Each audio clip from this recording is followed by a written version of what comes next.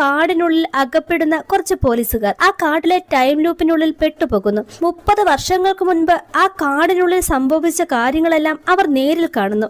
ആ കാടിനുള്ളിൽ അകപ്പെട്ടാൽ തിരിച്ചുവരവ് ഉണ്ടാകില്ല. വർഷങ്ങൾക്ക് മുൻപ് ആ കാടിനുള്ളിൽ അകപ്പെട്ട് കാണാതായ ഒരാളുടെ ഫോണിൽ നിന്നും വരുന്ന കോൾ. അയാളെ രക്ഷിക്കാനായി ആ കാട്ടിലേക്ക് പുറപ്പെട്ട പോലീസുകാർ. പിന്നീട് അവർക്ക് സംഭവിച്ചതോ കഥ മുഴുവനായും കാണാം. മൂവിയുടെ സ്റ്റാർട്ടിംഗ് സീനിൽ 1940 കാലഘട്ടമാണ് കാണിക്കുക. റോസി എന്നൊരു മദാമ 2 പേരുടെ ഡെഡ് ബോഡിയുമായി അവളുടെ ആളുകൾക്കൊപ്പം ഉൾക്കാട്ടിലേക്ക് പോകുന്നു. റോസിയുടെ ഹസ്ബൻഡിന്റെയും അയാളുമായി അഫെയറിലായിരുന്ന ഒരു പെൺകുട്ടിയുടെയും ഡെഡ് ബോഡിയുമായിട്ടാണ് അവർ പോകുന്നത്. അവരുടെ അഫെയർ കണ്ടെത്തിയ റോസി അവരെ കൊല്ലുകയായിരുന്നു. ഇനിയും ഉൾക്കാട്ടിലേക്ക് പോകേണ്ടെന്ന് ആ കൂട്ടത്തിലുള്ളയാൾ റോസിയോട് പറയും. അവരുടെ ബോഡി നിലത്ത് കിടത്തിയതിനു ശേഷം ഇവര് മരിച്ചാലും ഒന്നിക്കരുത്, 2 പേരെയും ഒരുമിച്ച് കുഴിച്ചിടേണ്ടെന്ന് പറഞ്ഞ് ആ പെൺകുട്ടിയുടെ ബോഡിയുമായി അവർ കുറച്ചകലെയായി കാണുന്ന ഒരു ചെളിക്കുഴിയിലേക്ക് താഴ്ത്തുന്നു.